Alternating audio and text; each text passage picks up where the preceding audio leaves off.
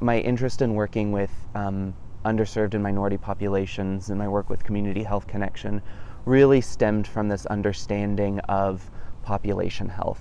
So acknowledging that the healthier our community is as a whole, the better outcomes we sort of see across the board. So when we address the complex health needs of all populations, not just higher income, we see reduced overall health costs. We see better outcomes in school. I think that by sometimes addressing the populations which are most neglected, as a state, we'll see improved outcomes overall. In my second year of graduate school, we start clinical practicum, so our first therapy experiences. But I wanted to gain some experience working with the LGBTQ plus population.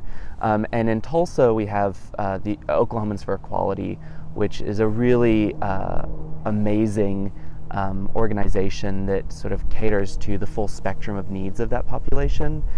And I wanted to figure out a way that I could be involved there as a clinician.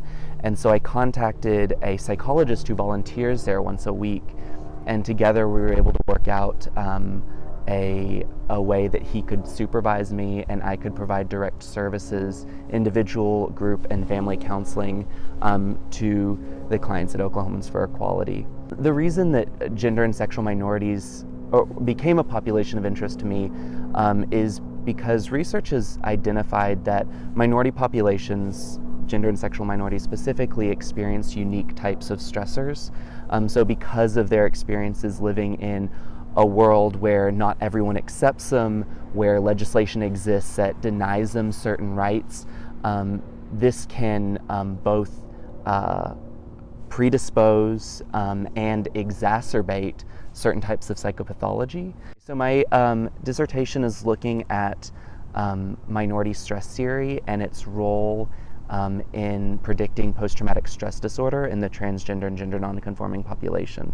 And really the end goal from that is to identify ways in which we can modify existing treatments just to really specifically cater to their needs, because we do see that sexual and gender minorities experience significantly increased rates of trauma, sexual assault, neglect, abuse, the full spectrum of factors or events that lead to PTSD. My training has led me to become a trauma specialist.